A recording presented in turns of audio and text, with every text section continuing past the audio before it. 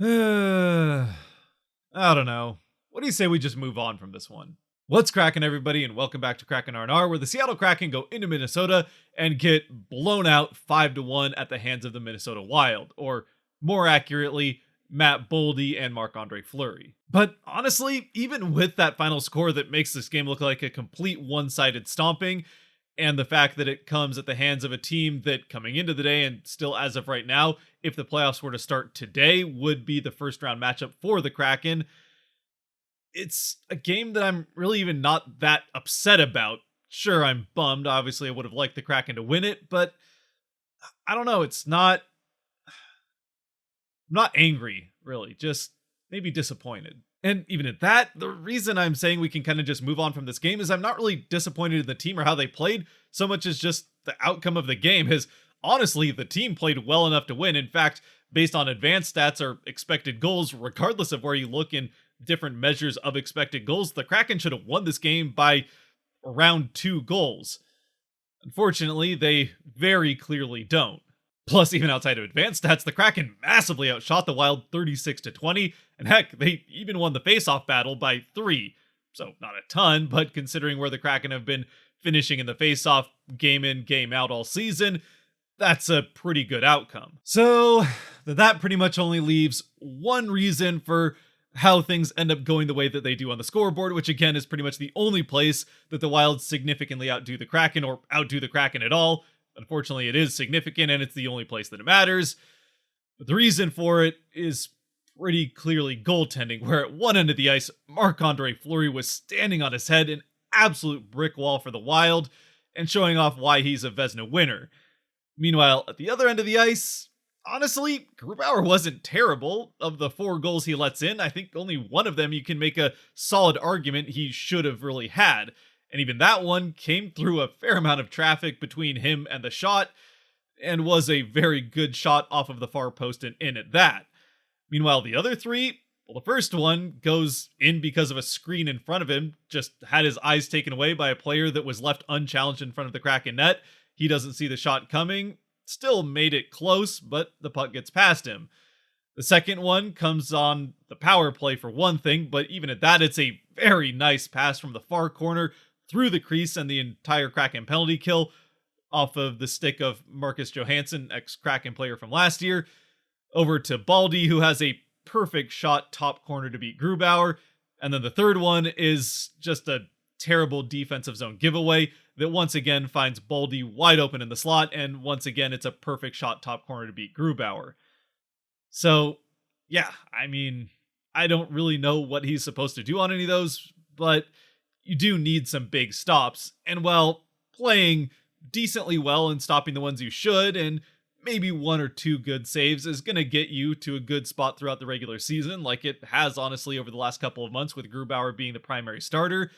Once you get to the playoffs, you do need to start getting some of those big saves. So while Grubauer may not have let in any really bad goals in this game, you do need to come up with a couple of those big saves to at least keep the Kraken in this game, especially with Fleury playing the way he was at the other end of the ice.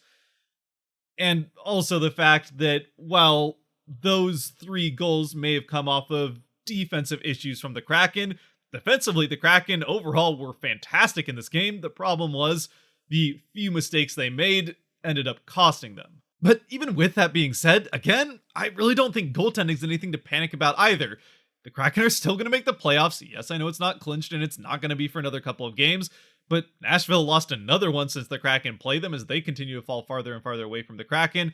And all the other things we've talked about over the last couple of games, with still 2 teams needing to jump Seattle in order for them to end up out of it, which would probably include Nashville, as well as the strength of schedule of those teams, and the fact that of the final 9 games the Kraken play, 6 of those games are against teams that are going to have balls in the lottery for getting Connor Bedard. So then realistically, the only thing the Kraken are really playing for at this point is seeding in the playoffs.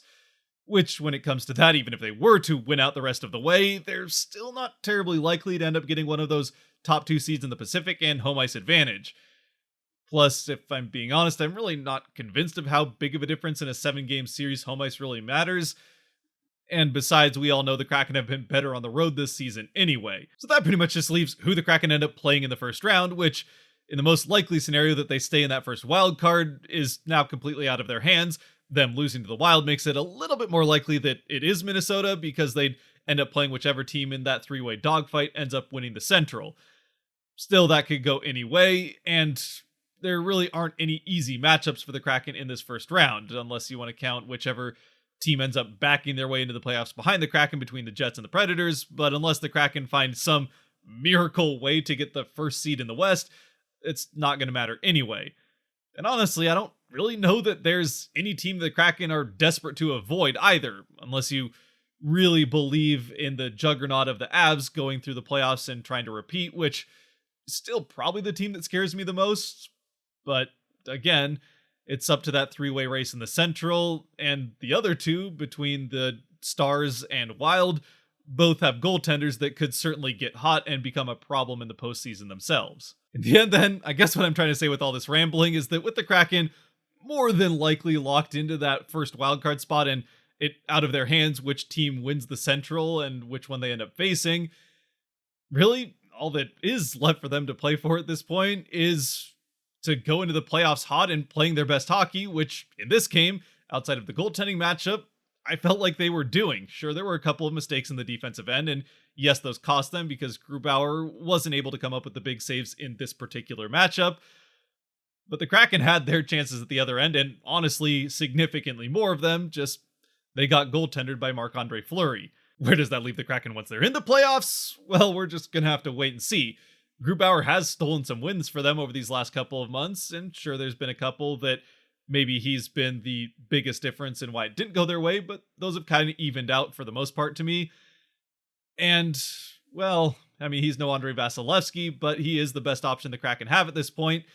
And maybe the most worrying thing from that perspective is that it's been a while since Martin Jones has really looked comfortable in net for the Kraken, so they might not really have a solid backup option for Grubauer if things start not going well once we get into that first series. At least to me, though, probably the more worrying thing going into the playoffs is where the Kraken stand with special teams, is that does not seem to be improving. And specifically with this game, which we really haven't, again, spent all that much time specifically talking about this game against the Wild were 1 for 3 and the Kraken were 0 for 3. Now, I will say the first power play for the Kraken, they really probably should have scored on. It was just, again, Fleury shutting the door on them. But these are 2 units in the Kraken penalty kill, which honestly the penalty kill has been mostly pretty good in this back half of the season. But the power play has, again, the fact that they nearly score has seemed like a bright spot, which is really not where you want to be. I suppose the good news going into the postseason is that there tend to be fewer calls in the playoffs, but that is kind of, it's really not what you want to be relying on. We'll put it that way. Anyway, I know this has been a slightly different video than the typical R&R. We really didn't spend that much time on this game because, again, I don't really think there was all that much to be gleaned from showing screenshots of 5 Wild goals and 1 Kraken, one that was kind of off a weird bounce that I think Jaden Schwartz ends up getting credit for. Honestly, at that point, it was already 5-0, so it was either Schwartz or Larson.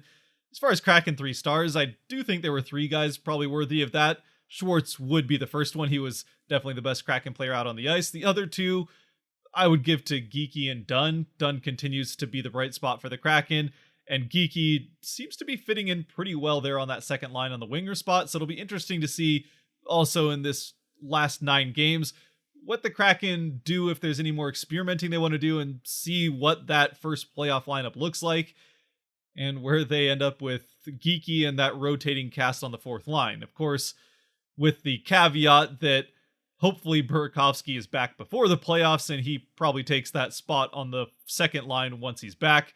And then we still have a weird rotation with the fourth line that's game to game. Which, by the way, since I did just bring it up, I did talk about it during the stream of the game in Nashville. When it comes to Burakovsky, we still just don't really know at this point. Hackstall was asked by the Hulu or ESPN crew, whatever you want to call them, what the timetable was, and Hackstall said still no timetable, which is not a particularly good sign with just 9 games left. It did look good. At one point, I thought he was going to be back pretty soon, as he had skated with the team a couple of times, but hasn't been skating with the team recently in practices. And yeah, if it's still no timetable, Hackstall's not even willing to say day to day, I think it's starting to be questionable whether or not he'll be ready for the first round, or at least the start of it anyway. And that is definitely a problem. With that, though, I think we can officially move on from this game. Let me know what you thought down in the comment section about this game and how you feel going into the playoffs in these last 9 games leading in, and what you'd like to see from the team in these last 9 games before the postseason. Or maybe even which team you'd like to see the Kraken face as we get again through this home stretch. Otherwise, if you made it to this point, thank you very much for watching. If you did like or enjoy the video, there are buttons for that kind of stuff down below that help support the channel, so I'd appreciate you using them. And until next time, stay safe out there, be good to each other, God bless, and as always, go Kraken.